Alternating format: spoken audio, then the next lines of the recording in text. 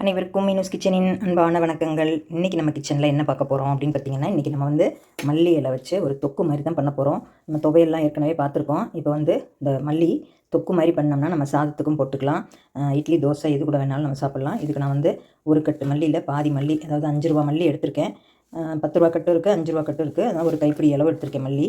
நல்லா அலசி கழுவிட்டு மண் இல்லாமல் எடுத்து வச்சுருக்கேன். இதுக்கு பார்த்திங்கன்னா ஒரு சின்ன அரைநெல்லிக்காய் அளவு கொஞ்சம் இந்த பெரிய நெல்லிக்காய் சைஸை விட கொஞ்சம் சின்னது தான். இந்த அளவு புளி எடுத்து வச்சுருக்கேன். இது தண்ணியில் ஊற போட்டு வச்சுருக்கேன். இதுக்கு பார்த்திங்கன்னா ஒரு 2 ஸ்பூன் மல்லி, ஒரு 5 காஞ்ச மிளகா, ஒரு பெரிய ஸ்பூனுக்கு 1 ஸ்பூன் ஜீரகம், ஒரு அரை டீஸ்பூன் போல் மிளகு, ஒரு துண்டு தேங்காய் எடுத்து வச்சுருக்கேன் ஒரு டேஸ்ட்டுக்காக.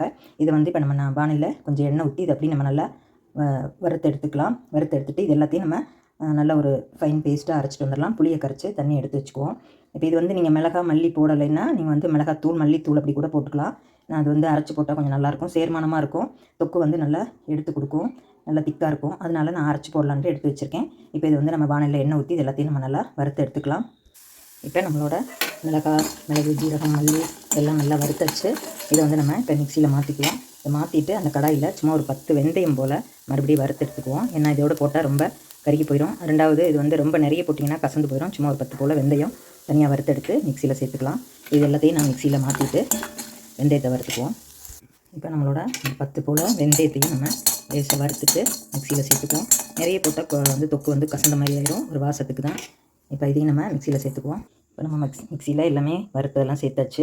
இப்போ நம்ம கடாயில் ஒரு அரை டீஸ்பூன் எண்ணெய் விட்டு இந்த மல்லி இலையை நல்லா வதக்கிக்குவோம். அது கூட பார்த்திங்கன்னா கொஞ்சம் கொழுந்தாக இருக்க கருவேப்பிலையை நான் சேர்த்துருக்கேன். ஏன்னா இது வச்சா நாளைக்கு இந்த கறி போயிடும். அதனால் இதோட சேர்த்து அரைச்சி நம்ம தொக்கோட கலந்துடலாம். அதனால் இது ஒரு 5 இனுக்கு எடுத்திருக்கேன். இதையும் நம்ம உருவி மல்லியோடு போட்டுட்டு நம்ம கடாயில் இது எல்லாத்தையும் நல்லா வதக்கிக்கலாம்.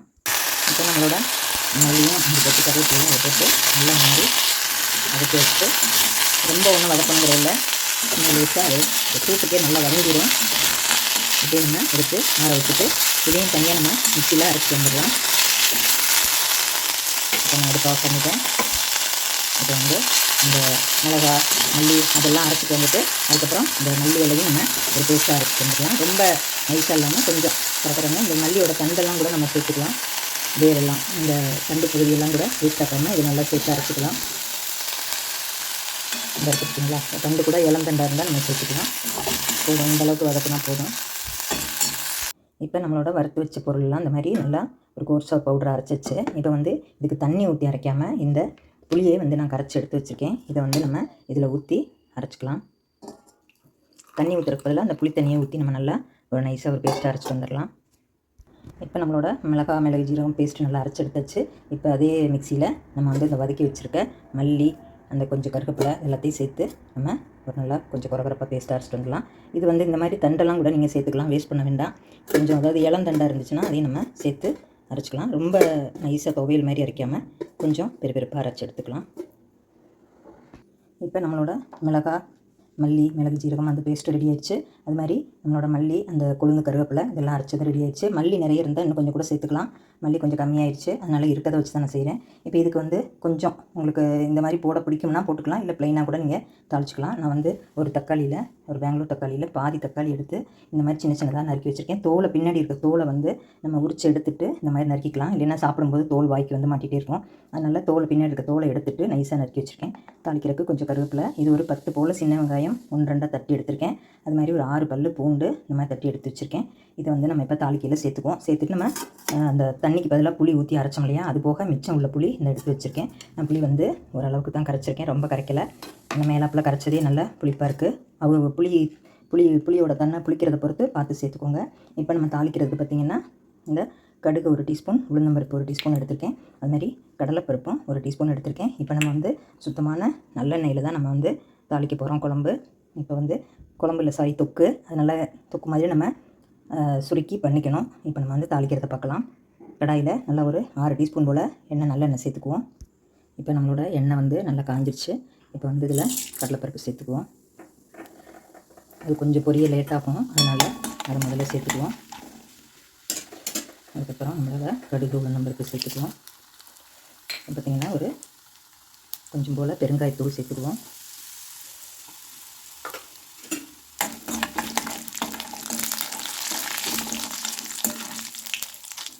இதெல்லாம் நல்லா பொரிஞ்சிருச்சு.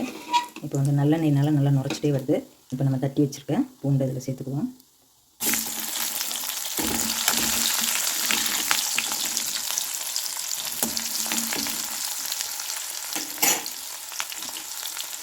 இப்போ வெங்காயம் கருவேப்பிலையும் சேர்த்துக்குவோம்.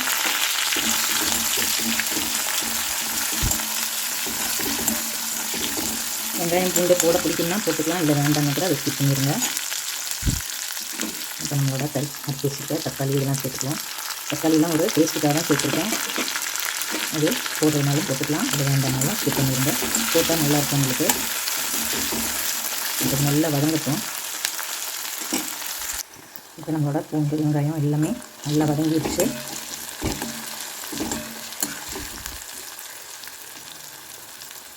இப்போ வந்து நம்ம இந்த தொக்குக்கு தேவையான மஞ்சள்தூள் போட்டுக்கலாம். அப்புறம் பார்த்திங்கன்னா கொஞ்சம் நம்ம குழம்புக்கு தொக்குக்கு நம்ம உப்பு சேர்க்கலை. இப்போ கொஞ்சம் உப்பு சேர்த்துக்குவோம்.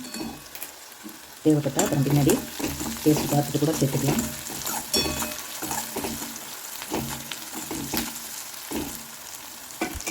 இப்போ நம்ம அரைச்சி வச்சுருக்கேன் இந்த மிளகு ஜீரக பேஸ்ட்டை இதில் போட்டு வதக்கிக்குவோம் நல்லா.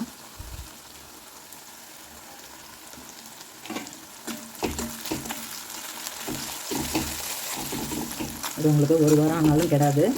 சூப்பராக இட்லி, தோசை, சாதம் இது அப்படி சாதத்தில் போட்டு கூட நீங்கள் திரட்டி நெய் விட்டு சாப்பிட்டுக்கலாம். சூப்பராக இருக்கும். கொஞ்சம் பண்ணதே நிறைய இருக்குது பாருங்கள். நான் எடுத்ததெல்லாம் கொஞ்சம் தான். 1 டீஸ்பூன் ஜீரகம், ஒரு 1 டீஸ்பூன் போல் தான் மிளகு எடுத்துருந்தேன். கொஞ்சம் 2 ஸ்பூன் மல்லி, 5 வரமிளகாய் எடுத்துருந்தேன் பாருங்கள். அதுக்கே இவ்வளோ மசாலா நமக்கு வந்துடுச்சு.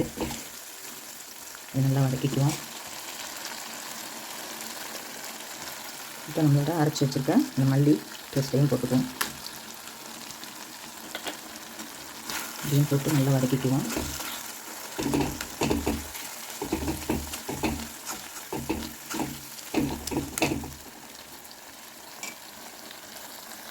நம்மளோட தொக்கு வந்து நல்லா வதங்கிடுச்சு. இப்போ நான் மிச்சம் கரைச்சி வச்சுருக்கேன் அந்த புளி தண்ணியை சேர்த்துக்கிறேன். சேர்த்துட்டு நல்லா எண்ணெய் பிரிஞ்சு வரும்போது நம்ம இறக்கிக்கலாம். இப்போ இதுக்கு வந்து கொஞ்சம் உப்பு பத்தலை, அதனால் இன்னும் கொஞ்சம் உப்பு சேர்த்துக்கிறேன்.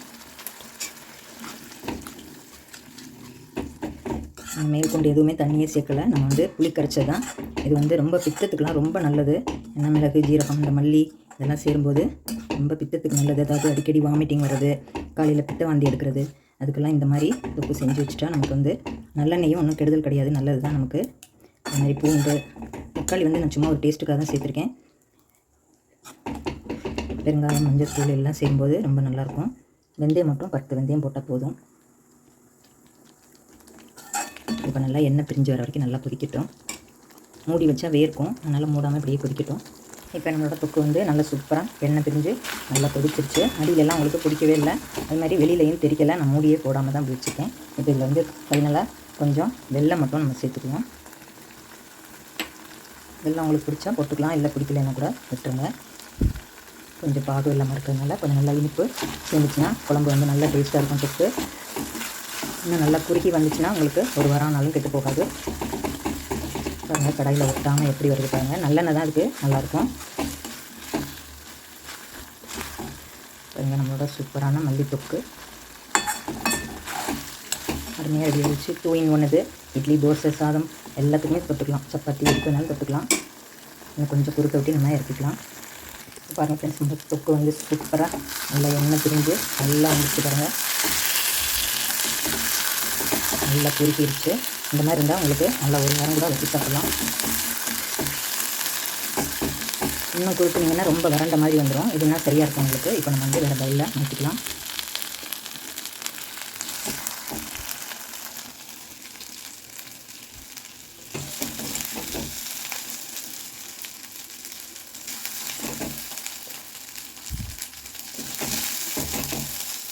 சூப்பரான நம்மளோட கொத்தமல்லி இலை தொக்கு அருமையாக ரெடி ஆகிடுச்சு. இந்த கடாயில் சாதம் போட்டு பரப்பி சாப்பிட்லாம். கடாயிலே ஒட்டலை உங்களுக்கு, ஒட்டினா தான் சாதம் போடுறது நல்லாயிருக்கும். நீங்கள் ட்ராவல் போகிறோம்னா கூட நீங்கள் இந்த மாதிரி ட்ரை பண்ணலாம். பாருங்கள் கடாயில் ஒட்டாமல் சூப்பராக வந்துடுச்சு. இப்போ நம்மளோட கொத்தமல்லி தொக்கு சூப்பராக ரெடி ஆகிடுச்சு.